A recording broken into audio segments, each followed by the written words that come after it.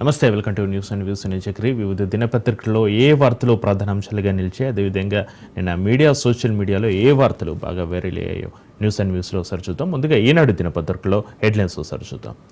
Israel దాడులు ఇంధన భద్రతకు ముప్పు అంటూ ఒక ప్రధాన వార్తగా హెడ్లైన్ చూడొచ్చు. ఇక చమురు కేంద్రాల ధ్వంసం ఆందోళనకరం, ప్రపంచ ఆర్థిక వ్యవస్థపై తీవ్ర ప్రభావం, భవిష్యత్తులో ఇరాన్కు చైనా సహకరించే అవకాశం, ఇజ్రాయెల్ ప్రాంతీయ ఆధిపత్యం తాత్కాలికమే కావచ్చు, తక్షణ కాల్పులు విరమించి చర్చలు జరపడం మేలు అంటూ ఇక మాజీ దౌత్యవేత్త తల్మిజ్ అహ్మద్ తెలుపుతున్నటువంటి వ్యాఖ్యల్ని ఈనాడు దినపత్రికలో ప్రధాన వార్తగా మనం చూడొచ్చు. ఇరాన్పై ఇజ్రాయెల్ దాడుల ప్రభావం ప్రపంచ ఆర్థిక వ్యవస్థపై తీవ్రంగా ఉంటుందని మాజీ దౌత్యవేత్త, అంతర్జాతీయ వ్యవహారాల నిపుణుడు తల్మిజ్ అహ్మద్ అభిప్రాయపడ్డారు. ముఖ్యంగా ఇరాన్ ఇంధన కేంద్రాలపై ఇజ్రాయెల్ దాడులు చేయడం అంతర్జాతీయంగా ప్రభావం చూపుతుందని, ఇది ఆందోళనకరమని అన్నారు. 1974 బ్యాచ్ ఇండియన్ ఫారిన్ సర్వీస్ అధికారి అయిన తల్మిజ్ సౌదీ అరేబియా, ఓమన్, యుఏఈలకు అంబాసిడర్గా పనిచేస్తారు. ఇక పెట్రోలియం, సహజవాయు మంత్రిత్వ శాఖలో ఇంటర్నేషనల్ కోఆపరేటివ్ అదనపు కార్యదర్శిగా, Indian council of world affairs director జనరల్గా పనిచేస్తున్న ఈయన అనేక పుస్తకాలు కూడా రాశారు. 2022లో వెస్ట్ ఏషియా ఎట్ వార్ పేరుతో పుస్తకం వెలువరించారు. ప్రస్తుతం ఓవర్సీస్ రీసెర్చ్ ఫౌండేషన్లో విజిటింగ్ ఫెలోగా పనిచేస్తున్న తల్మిజ్ పశ్చిమాసియాలో యుద్ధ వాతావరణం పర్యవసనాలను ఈనాడు ప్రత్యేక ప్రతినిధికి ఇచ్చిన ఇంటర్వ్యూలో అయితే వారు తెలిపినటువంటి పరిస్థితిని ఈనాడు దినపత్రికలో తీసుకోవడం జరిగింది. ఇరాన్లోని న్యూక్లియర్ కేంద్రాలే లక్ష్యంగా దాడులు ప్రారంభించిన ఇజ్రాయెల్ ప్రాథమికంగా ప్రమాదకరంగా ఇంధన కేంద్రాలపైకి విస్తరించింది. ఇరాన్ తన క్షిపణులతో ధీటుగా సమాధానమిస్తుంది. ఇరాన్కు ఇంత సామర్థ్యం ఉందని చాలా మంది ఊహించలేదు. కానీ 4 రాత్రులు ఇజ్రాయెల్లోని పలు ప్రాంతాలపై మిసైల్తో దాడులు చేసింది. దీనివల్ల ఇజ్రాయెల్కు జరిగిన నష్టం ఎక్కువైనా ఆ దేశం చాలా విషయాలు దాచిపెడుతుంది.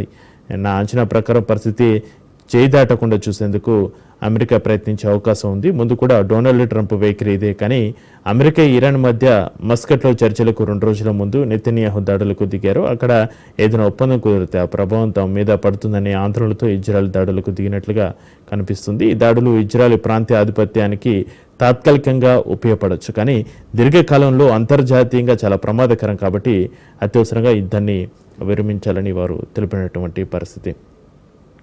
ఇక బనకచర్లపై చర్చిద్దాం రాండి అంటూ మరో ప్రధాన వార్తగా హెడ్లైన్ మనం చూడొచ్చు. అన్ని పార్టీలను కలుపుకొని ప్రభుత్వ కార్యాచరణ, నేడు అఖిలపక్ష ఎంపీలకు మంత్రి ఉత్తమ్ ప్రజెంటేషన్, కేంద్ర మంత్రులు కిషన్ రెడ్డి, సంజయ్ సహా ఎంపీలందరికీ కూడా ఆహ్వానం, హాజరు కానున్న సీఎం రేవంత్ రెడ్డి. అయితే ఏపీ చేపట్టిన గోదావరి బనకచర్ల అనుసంధాన ప్రాజెక్టుకు కేంద్రం నుంచి అనుమతులు రాకుండా అడ్డుకిన అన్ని పార్టీలను కలుపుకొని కార్యాచరణ రూపొందించాలని ప్రభుత్వం నిర్ణయించింది. ఇందులో భాగంగా బుధవారం సాయంత్రం హైదరాబాద్లోని రాష్ట్ర సచివాలయంలో అన్ని పార్టీల ఎంపీలకు నీటిపారుదల శాఖ మంత్రి Uttam Kumar Reddy power point presentation ఇవ్వనున్నారు. ఈ కార్యక్రమానికి ముఖ్యమంత్రి రేవంత్ రెడ్డి ముఖ్య అతిథిగా హాజరవుతారు. ఈ మేరకు రాష్ట్రానికి చెందిన లోక్సభ, రాజ్యసభ ఎంపీ సభ్యులందరూ కూడా ఆహ్వాన లేఖలు పంపించిన పరిస్థితి. కేంద్ర మంత్రులు కిషన్ రెడ్డి, బండి సంజయ్లను గౌరవ అతిథులుగా ఆహ్వానించడంతో పాటుగా మంత్రి ఉత్తమ్ వారిద్దరికీ ఫోన్ కూడా చేశారు. ఇక బనకచర్ల ప్రాజెక్టును గట్టిగా ప్రతిపాదించడంతో పాటు కేంద్ర జలసంఘం సిడబ్ల్యూసి అనుమతులు ఇవ్వకుండా ఒత్తిడి తెచ్చేందుకు ప్రభుత్వం కార్యాచరణ రూపొందించిందని మంత్రి ఉత్తమ్ కుమార్ రెడ్డి తెలిపారు. ఈ మేరకు మంగళవారం ఒక ప్రకటన కూడా విడుదల చేశారు. ఈ ప్రాజెక్టుపై అభ్యంతరాలు వ్యక్తం చేస్తూ ఈ ఏడాది జనవరిలోనే కేంద్రానికి లేఖ రాస్తాం. దీనికి కేంద్ర జలశక్తి మంత్రి సిఆర్ పాటిల్ స్పందించి మే 28న రాష్ట్రానికి లేఖ రాశారు. బనకచర్ల ప్రాజెక్టు డిపిఆర్ కేంద్ర ప్రభుత్వానికి అందలేదని తెలిపారు. అయితే అందితే నీటి కేటాయింపులో ప్రస్తుతం ఉన్న మార్గదర్శకాలు, ట్రిబ్యునల్ తీర్పులో అంతర్రాష్ట్ర ఒప్పందాలతో పాటుగా రాష్ట్ర విభజన చట్టాన్ని పరిగణలోకి తీసుకుని ఆ డిపిఆర్ను సమీక్షిస్తామని పేర్కొన్నారు. తర్వాత జూన్ 3న సీఎం నేను ఢిల్లీలో సిఆర్ పాటిల్ను కలిసి మరోసారి అభ్యంతరాలను లేవనెత్తామంటూ ఉత్తమ్ కుమార్ రెడ్డి నిన్న ప్రకటన సంబంధించి వారు మాట్లాడినది కూడా ఇక్కడ వార్తలో ప్రధాన వార్తగా మనం చూడొచ్చు. ఇక వాగ్మూలాల రూపంలో సాక్ష్యాలు అంటూ మరో ప్రధాన వార్త హెడ్లైన్ మనం చూడొచ్చు.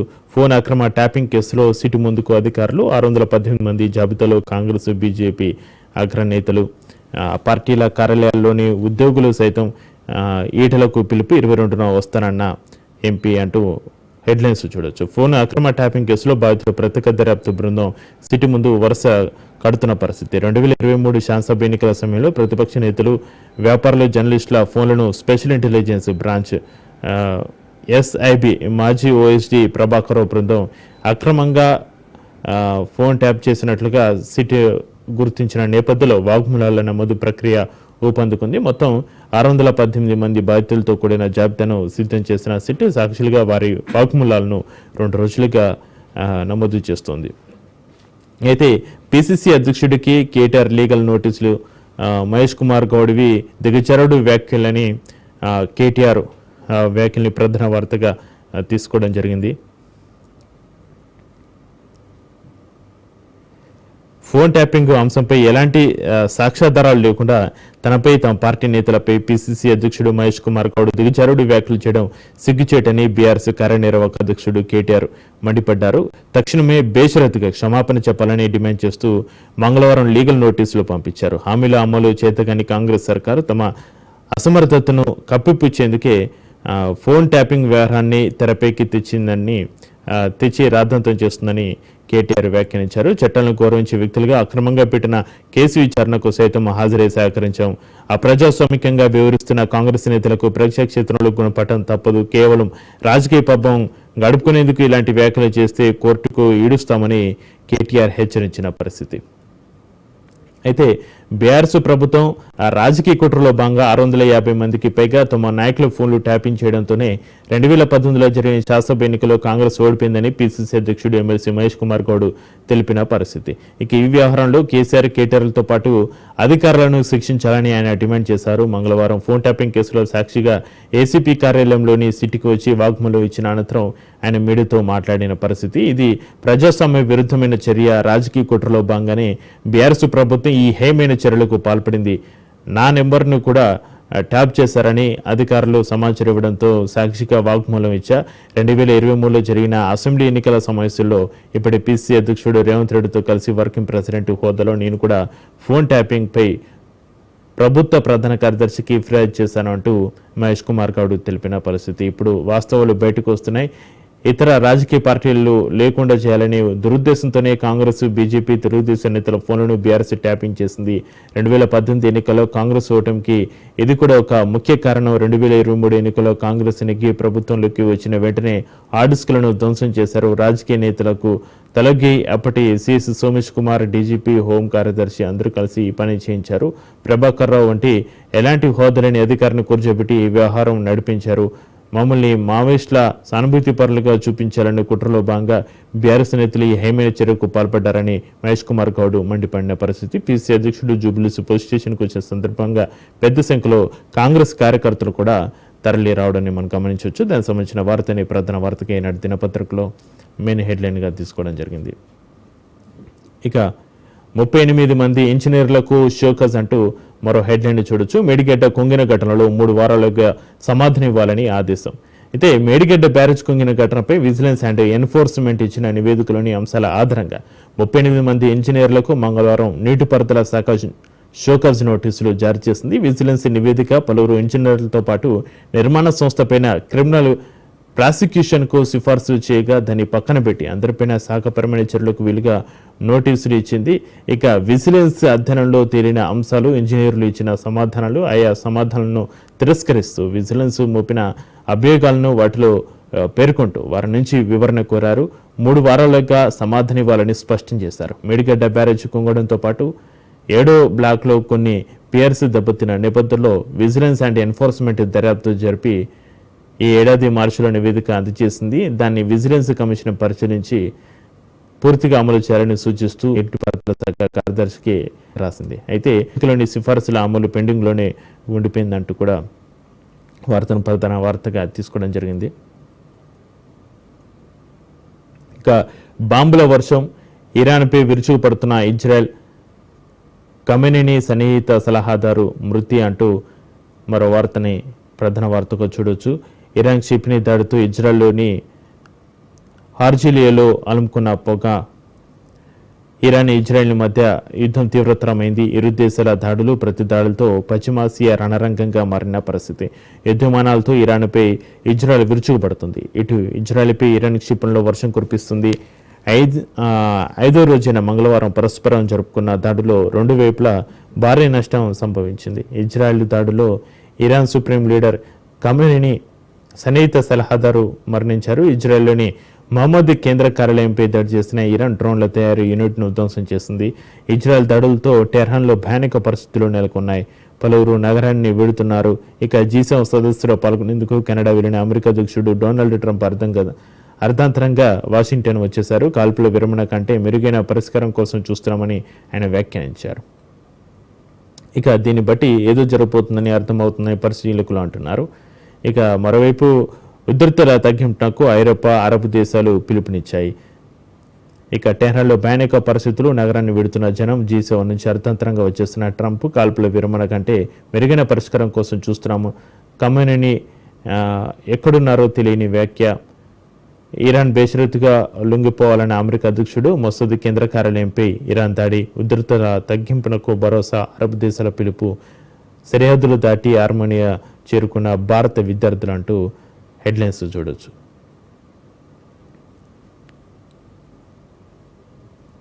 ఇక ఇరుకు చదువులు అంటూ ఒక ప్రధాన వార్తకి ఈనాడు దినపత్రికలో ఒక వార్తను తీసుకోవడం జరిగింది. కొమరంభీం ఆసిఫాబాద్ జిల్లా రెబ్బెన మండల కేంద్రంలోని ప్రభుత్వ ప్రాథమిక పాఠశాలలో 1 నుంచి 5 తరగతులు కొనసాగుతున్నాయి. 3 ఉపాధ్యాయులు, 44 మంది విద్యార్థులు ఉన్నారు. సొంత పనుల్లో నిర్వహిస్తున్న ఈ పాఠశాలలో ఒకే ఒక చిన్న గది ఉంది. ఇందులోనే ఓవైపు ఆర్ఓ ప్లాంట్ కూడా ఉంది. మరోవైపు బియ్యం బస్తాలు, కాగితాలు, ఇతర వస్తువులు ఉంచారు. ఇరుక మారిన గదిలోనే కూర్చోబెట్టి చదువులు చెబుతుండడంతో విద్యార్థులు ఇబ్బందులు పడుతూ ఒక ఫోటోనైతే మనం ఈనాడు దినపత్రికలో ఈ వార్తను చూడొచ్చు.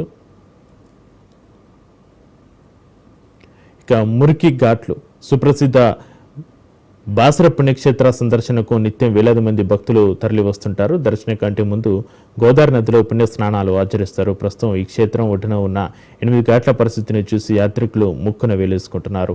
చెత్త చెదారంతో పాటు ఏళ్ల తరబడి మట్టి, మురికి పేరుకుపోయి ఘాట్లని అధ్వానంగా మారిపోయిన పరిస్థితి. భక్తులు బోట్లు, ఇతర మార్గాల ద్వారా నది మార్గంలోకి వెళ్లి స్నానాలు చేసి వస్తున్నారు. అలా వెళ్లి ప్రమాదాలకు గురై ప్రాణాలు కోల్పోతున్న పరిస్థితి. ఇప్పటికైనా యంత్రాంగం స్పందించి స్నాన ఘాట్లను బాగు చేసి క్షేత్ర పవిత్రతను కాపాడాలని భక్తులు కోరుకుంటున్నటువంటి వార్తని ప్రధాన వార్తగా ఈనాడు దినపత్రికలో మనం చూడవచ్చు. ఇక సాక్షి దినపత్రికలో ఏ వార్తలు ప్రధాన వార్తలుగా నిలిచాయో సాక్షి దినపత్రిక చూద్దాం.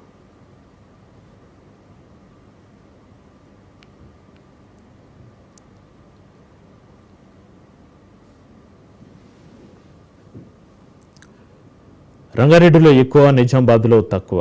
నియోజకవర్గాల పునర్విభజన తర్వాత అసెంబ్లీ స్థానాలు ఇలా అంటూ ఒక ప్రధాన వార్తగా హెడ్లైన్స్ మనం చూడొచ్చు. ఇక ఉమ్మడి రంగారెడ్డి జిల్లాలో 23కు పెరగనున్న సీట్లు. అత్యల్పంగా నిజామాబాద్ జిల్లాలో 11 సీట్లు మాత్రమే. శాసనసభలో ఏకంగా 50 మంది మహిళల ప్రాతినిధ్యం. 119 నుంచి 153కు పెరగనున్న మొత్తం నియోజకవర్గాలు. మారనున్న పలు నియోజకవర్గాల భౌగోళిక కొత్త జనాభా లెక్కల రాగానే డిలిమిటేషన్ ప్రక్రియ మొదలు.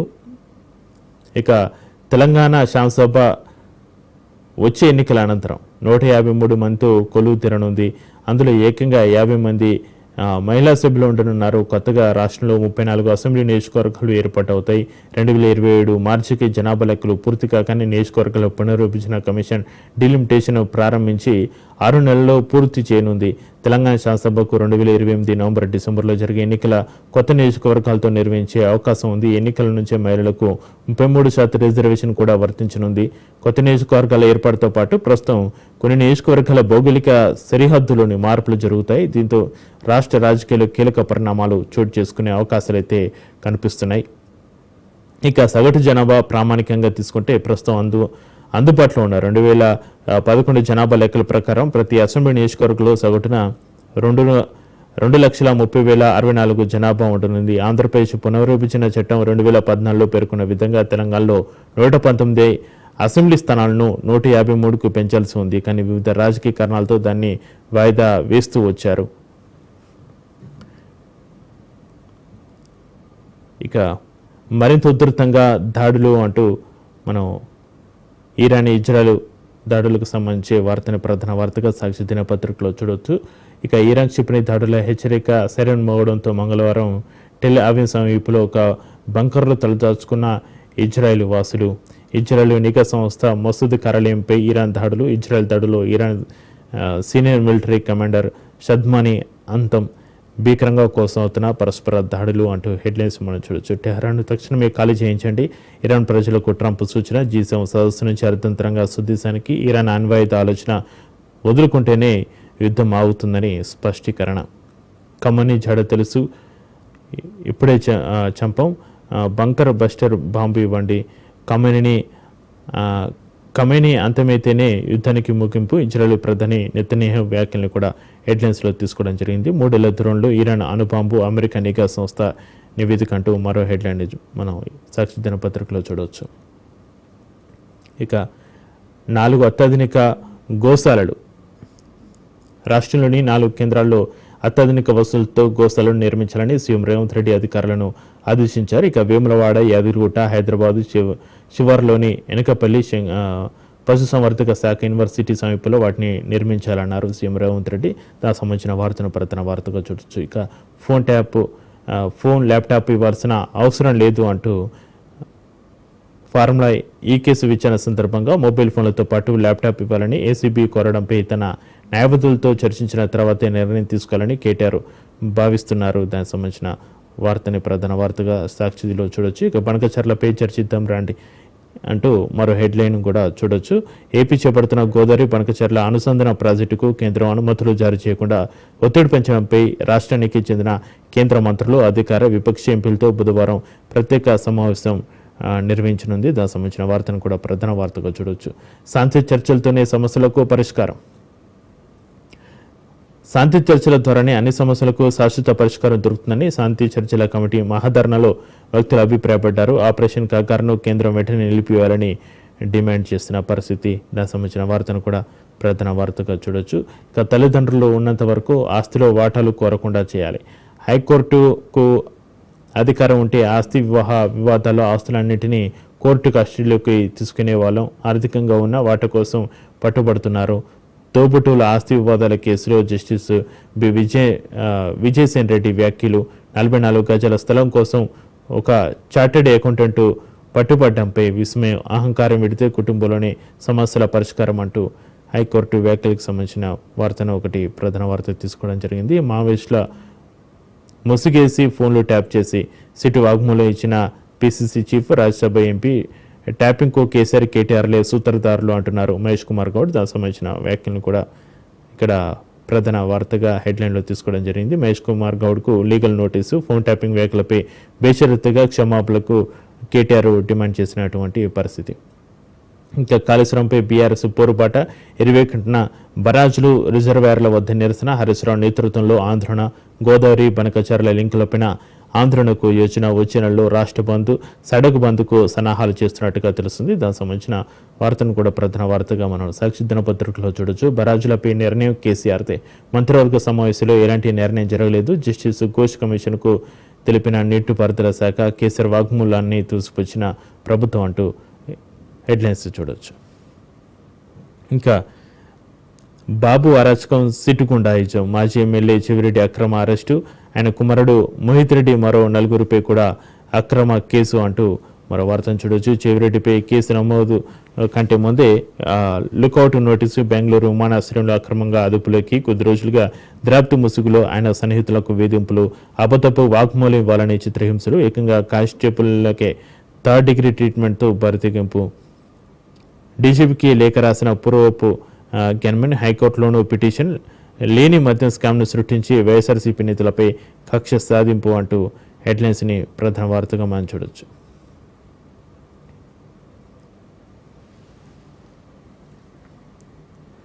ఆంధ్రజ్యోతిలో ఏ వార్తలు ప్రధాన అంశాలుగా నిలిచాయో ఆంధ్రజ్యోతి మెయిన్ పేపర్ హెడ్లైన్స్ ఒకసారి చూద్దాం.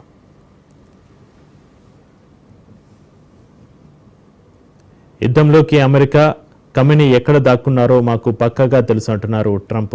ప్రస్తుతానికి హతమార్చం, ఇరాన్ లొంగిపోవాలి. ఆ దేశం వద్ద అణ్వాయుధం అనేది ఉండకూడదు, సమస్యకు నిజమైన ముగింపు కోరుకుంటున్నాం, టెహ్రాన్ను అక్కడి పౌరులు తక్షణం విడి వెళ్ళిపోవాలి. ట్రంప్ హెచ్చరికలు. G7 నుంచి అర్థాంతరంగా అమెరికాకు తాను తిరిగి వెళ్తున్నది కాల్పుల విరమణ ఒప్పందం కోసం కాదని, విషయం అంతకంటే పెద్దదని స్పష్టీకరణ. ఈశాన్య సిరియా నుంచి అమెరికా బలగాల తరలింపు. డీగో గార్సియాలు ఇప్పటికే అమెరికా B-2 స్టెల్త్ బాంబర్లు అంటూ హెడ్లైన్స్ని ప్రధాన వార్తగా మనం చూడొచ్చు ఆంధ్రజ్యోతిలో. ఇక పతాక స్థాయికి చేరిన ఇరాన్ ఇజ్రాయెల్ యుద్ధంలో అమెరికా కూడా జోక్యం చేసుకోనుందా? ఇజ్రాయెల్కు తోడుగా యుద్ధ రంగంలోకి దిగనుందా? గడిచిన 24 గంటలుగా శరవేగంగా జరుగుతున్న పరిణామాలను చూస్తుంటే ఈ ప్రశ్నలకైతే అవుననే సమాధానమే వస్తుంది. ఎన్నిసార్లు హెచ్చరించినా తమతో అణు ఒప్పందం కుదుర్చుకోలేదన్న ఒప్పందంతో ఇరాన్పై రగిలిపోతున్న అమెరికా అధ్యక్షుడు ట్రంప్ ఇరాన్ అణ్వాయుధాన్ని కలిగి ఉండకూడదు, ఈ విషయాన్ని నేను పదే పదే చెప్తున్నాను, టెహ్రాన్ ప్రజలంతా తక్షణమే ఆ నగరాన్ని వీడి వెళ్ళిపోండి అని హెచ్చరిస్తూ సోమవారం తన సొంత సామాజిక మాధ్యమైన ట్రూత్ సోషల్లో ఒక పోస్ట్ అయితే పెట్టినారు.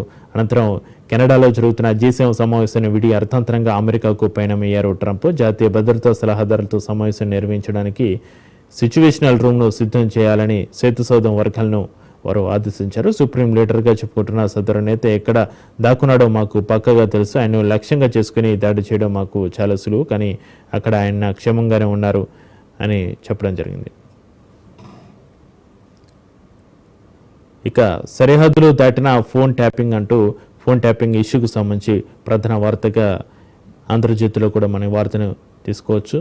ఇక జాబితాలో తెలంగాణతో పాటు ఏపీ నేతల ఫోన్లు కూడా అంటూ ఇక్కడ హెడ్లైన్ తీసుకోవడం జరిగింది. ఏపీ కాంగ్రెస్ చీఫ్ షర్మిల కదలికలు, సమావేశాలపై నిఘా, ఎప్పటికప్పుడు ఆ వివరాలు. నాటి ఏపీ సీఎం జగన్కు తవ్వుతున్న కొద్ది బయటపడుతున్న ప్రభాకర్ రావు లీలలు. నేడు ఆయనను మరోసారి విచారించనున్న సిట్. ఎవరి ఆదేశాలతో ఫోన్ ట్యాపింగ్ జరిగిందన్నది నిర్ధారించుకునే ప్రయత్నంలో అధికారులు. టీపీసీ చీఫ్ మహేష్ కుమార్ గౌడ్, గాల అనిల్ కుమార్, గద్వాల నేత సరిత వాగ్మూలాల నమోదు. ఫోన్ ట్యాపింగ్ కేసులో కేటీఆర్తో పాటు సంబంధిత అధికారులను శిక్షించాల్సిందే అంటున్నారు మహేష్ కుమార్ గౌడ్. సంబంధించిన వ్యాఖ్యల్ని ప్రధాన హెడ్లైన్స్గా తీసుకోవడం జరిగింది. నేటి సిటీ ముందుకు బీజేపీ నాయకులు కూడా వచ్చే అవకాశం ఉన్నట్టుగా తెలుస్తుంది. ఇక తెలంగాణలో సంచలనం సృష్టించిన ఫోన్ ట్యాపింగ్ వ్యవహారం సరిహద్దులు దాటింది. తెలంగాణలోని సొంత పార్టీ సహా అన్ని రాజకీయ పార్టీల నాయకుల ఫోన్లతో పాటు ఆంధ్రప్రదేశ్కు చెందిన కొందరు రాజకీయ నేతల ఫోన్లను ట్యాప్ చేసినట్టుగా సమాచారం. తన ఫోన్ను తెలంగాణ SIB అధికారులు ట్యాప్ చేశారని ఏపీ కాంగ్రెస్ అధ్యక్షురాలు వైఎస్ షర్మిల గతంలోనే ఆరోపించారు. షర్మిల ఫోన్తో పాటుగా ఆమె ఎవరెవరితో మాట్లాడుతుంటే వారందరి ఫోన్లను కూడా SIB అబ్జర్వేషన్లో పెట్టిందని సిట్ విచారణలో వెల్లడైనట్టుగా సమాచారం. షర్మిలకు సంబంధించిన ఒక కోడ్ నేమ్ వాడారని కూడా ఆమె కదలికలు, సంభాషణలు రికార్డ్ చేసి నాటి ఏపీ సీఎం వైఎస్ జగన్కు పంపించారని తెలుస్తోంది. ఇక నిన్న సిటీ ఎదుట వాగ్మూలం ఇచ్చిన అనంతరం మీడియాతో మాట్లాడుతున్న PSC మహేష్ కుమార్ గౌడ్ చిత్రంలో MP అనిల్ కుమార్ యాదవ్ తదితరులు ఉండడాన్ని కూడా మనం గమనించవచ్చు. ఇక గో సంరక్షణకు ఎంత ఖర్చైనా వెనుకాడమంటూ మరో హెడ్లైన్ ప్రధాన వార్తగా చూడొచ్చు.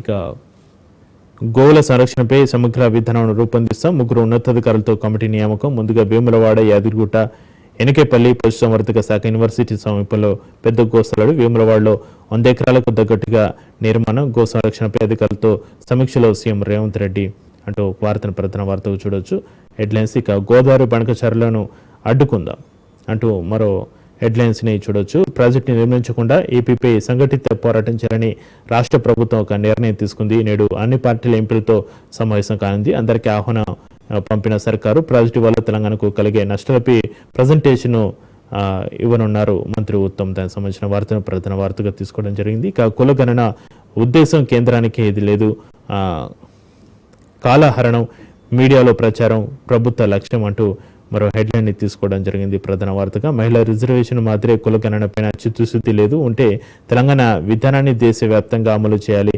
జనగణనకు 10,000 కోట్లు కావాలి, 576 కోట్లే కేటాయించారు. కాంగ్రెస్ నేత సచిన్ పైలట్ విమర్శలు దుష్ప్రచారం అన్న బీజేపీ అంటూ మరో వార్తను ప్రధాన వార్త తీసుకోవడం జరిగింది. కొత్త రైతులకు భరోసా. జూన్ 5 లోపు రిజిస్ట్రేషన్ అయి ఉంటే చాలు. ఏఈఓలకు ధ్రువపత్రాలు ఇస్తే పోర్టల్లో నమోదు. ఈ నెల 20వ తేదీ వరకు గడువు. 3 ఎకరాల వరకు రైతు భరోసా జమ అంటూ హెడ్లైన్స్ మనం చూడొచ్చు. కొత్తగా భూమి యాజమాన్య హక్కులు పొందిన రైతులకు కూడా రైతు భరోసా పథకం వర్తింపచేయాలని రాష్ట్ర ప్రభుత్వం నిర్ణయించింది. ఈ మేరకు వ్యవసాయ శాఖ మంత్రి తుమ్మల నాగేశ్వరరావు, ఆ శాఖ కార్యదర్శి రఘునందనరావు క్షేత్రస్థాయి అధికారులకు ఆదేశాలు జారీ చేశారు. అయితే నెల 5న కట్ ఆఫ్ తేదీగా పెట్టారు. అంటే ఈ నెల 5లోపు క్రయ విక్రయాలు మ్యూటేషన్ జరిగి యాజమాన్య హక్కులు పొందిన రైతులకు రైతు భరోసాను అందిస్తున్నట్టుగా తెలుస్తుంది. ఇక ఇంజనీరింగ్లో మళ్ళీ నచ్చిన సబ్జెక్టులు దశాబ్దాల తర్వాత అమల్లోకి సిబిసిఎస్ సన్నాహాలు చేస్తున్న జేఎన్టీయూ, బీటెక్ కొత్త నిబంధనల్లో క్రెడిట్స్ మినహాయింపు, మొక్కుబడి సబ్జెక్టులకు ఇకపై క్రెడిట్స్ వర్తింపు అంటూ ప్రధాన వార్తగా మనం చూడొచ్చు. ఇక నమస్తే తెలంగాణలో ఏ వార్తలు ప్రధాన అంశాలుగా నిలిచాయో హెడ్లైన్స్ ఒకసారి చూద్దాం.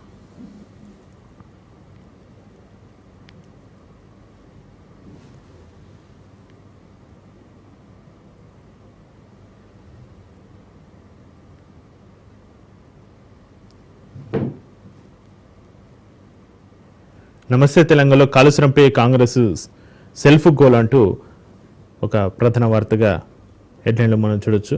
ఇక రేవంత్ ప్రభుత్వంలో కాళేశ్వరం ప్రాజెక్టు చిచ్చు కమిషన్కు జవాబు ఇవ్వలేక ఇరకాటంలో సర్కారు, కేసీఆర్ను బద్నం చేసేందుకు ఏడాదిన్నరగా పాటలు నోటీసుకొచ్చినట్టు ఆరోపణలు చేసిన ప్రభుత్వ పెద్దలు, కమిషన్కు కీలక డాక్యుమెంట్లు ఇవ్వకుండా కుతంత్రాలు, జస్టిస్ ఘోష్ కమిషన్ ముందుకు కీలక విషయాలు, కేబినెట్ నిర్ణయంలోనే కాళేశ్వరంపై ముందుకెళ్లాలని కమిషన్ విచారణలో కేసీఆర్, హరీష్, ఈటల స్పష్టీకరణ, మినిట్స్ ఇవ్వాలని సర్కార్కు మూడోసారి కమిషన్ లేఖలతో కాంగ్రెస్ ప్రభుత్వం తెల్లముఖం, ఎస్టీఎస్ఏ నివేదిక డొల్లా అని ఇప్పటికే ఎలాంటి నిలదీత ప్రతికూలతో సహచరులపై ముఖ్య నేత రుసరుసలు అంటూ హెడ్లైన్స్ని అయితే మనం నమస్తే తెలంగాణలో చూడొచ్చు.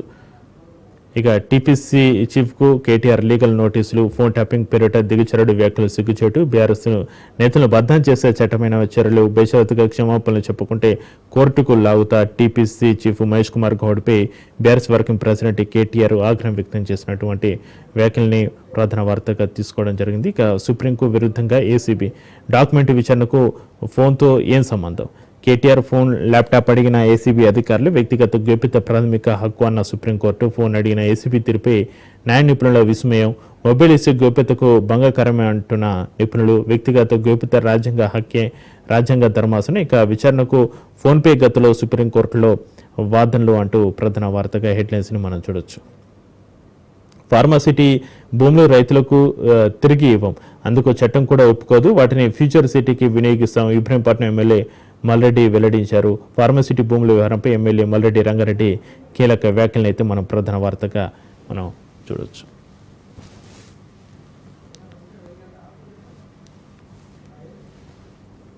ఇక వెలుగు దినపత్రికలో హెడ్లైన్స్ ఒకసారి చూద్దాం.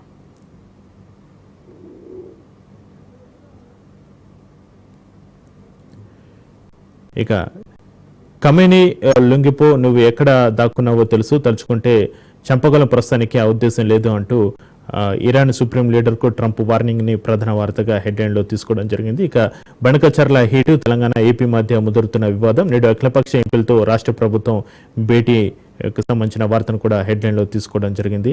ఇక కలెక్టర్ స్థాయిలోనే భూ సమస్యల పరిష్కారం అంటూ మరో హెడ్లైన్ కూడా వెలుగుతున్న పత్రికలో చూడొచ్చు. ఏమైనా అనుమానాలుంటే సీసీఎల్ఏ నుంచి క్లారిటీ, ఇప్పటికే భూభారతి చట్టంలో అప్పీల వ్యవస్థ, త్వరలోని ట్రిబ్యునల్ ఏర్పాటు, జిల్లా స్థాయిలోని అసెండ్ భూ సమస్యలు క్లియర్, గైడ్లైన్స్ రిలీజ్ చేయనున్న సర్కారు, కలెక్టర్ ఆధ్వర్యంలో అసెండ్ కమిటీలు, రెవెన్యూ సదస్సులు, 5 లక్షలు దాటిన అప్లికేషన్లు అంటూ హెడ్లైన్స్ మనం చూడొచ్చు. అయితే రాష్ట్రంలో భూ సమస్యలన్నింటినీ కలెక్టర్ స్థాయిలోనే పరిష్కరించేలా ప్రభుత్వం చర్యలు చేపట్టడం మొదలుపెట్టింది. ఇప్పటికే భూభారతి చట్టం తీసుకొచ్చి బాధితులను క్షేత్రస్థాయిలో ఆర్టీఓ, ఎంఆర్ఓలకు అప్పగించిన సర్కారు సీసీఏలతో పాత్రను మరింత పరిమితం చేయాలని ఆలోచిస్తుంది అంటూ ఈ వార్తనైతే ప్రధాన వార్తగా మనం చూడొచ్చు. ఇది